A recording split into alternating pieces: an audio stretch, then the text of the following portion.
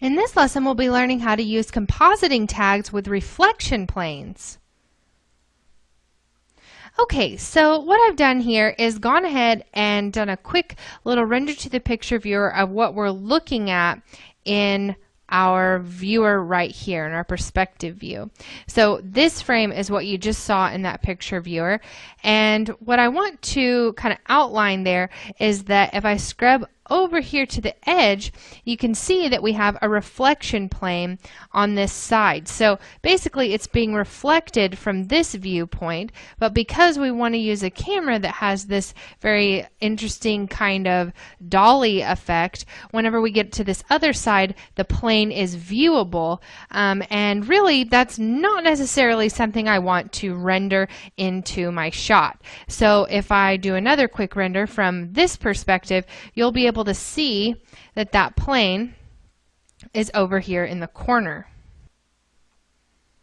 So obviously not a very pretty picture whenever that's visible. However, whenever we're on the other side, it gives us this nice little reflection right here that we're seeing.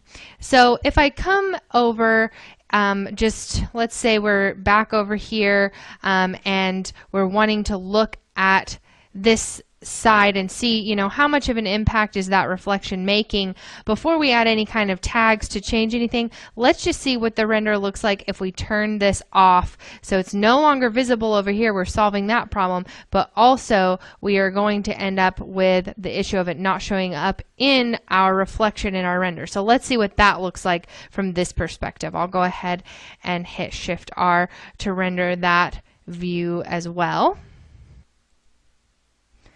Okay, so as you can see, if we compare with that first render we did, it is making a really nice impact on our render just by adding a little bit more definition and just a little bit more just realism to having this kind of over here on the side, just making this metal feel more reflective with that little bit of reflection. So it's something that I would really like to keep. However, I'm not interested in having this in my image. So we can use a compositing tag to get rid of that while still keeping our reflection that you see right there. So let's go ahead and figure out what we need to do with our compositing tag to make that work for us. So I'll go ahead and close out of our picture viewer, and really all we have to do is select the plane that we want to apply that tag to. We'll go ahead and turn it back on with those little stoplights, and I'll go up to Tags, Cinema 4D Tags, and choose Compositing. And then we're going to come over here and look at some of these options. So there's more really that we need to do besides just leaving on the scene by reflection, because we know we want it to show up in the reflection, but I don't necessarily want to uncheck everything else, but there definitely are some things that I need to uncheck or we're going to have a problem. So first of all, I don't want this to cast any kind of shadows. So the lights I have in my scene, if they're catching this and casting shadows, that's not going to work for me, because if I'm not seeing it in the render view like this, the shadow is not going to make a lot of sense, at least in this case. If you had it closer and you wanted it to cast this shadow but not to show up, you know, it's going to be a case-by-case basis that you decide what you're checking in your compositing tag. For me, definitely don't want to cast those shadows, so I'll go ahead and uncheck that. I don't want it to receive shadows either, and I don't want it to be seen by the camera. That's the main thing I'm trying to achieve here. Now that seen by camera is unchecked, we won't be seeing this in the render. Now when we come over here, I don't really have any kind of transparency or refraction, so I'm just going to leave them checked on for now. However, I do have reflection, and that's the main one we want to keep on. That's what we're trying to preserve.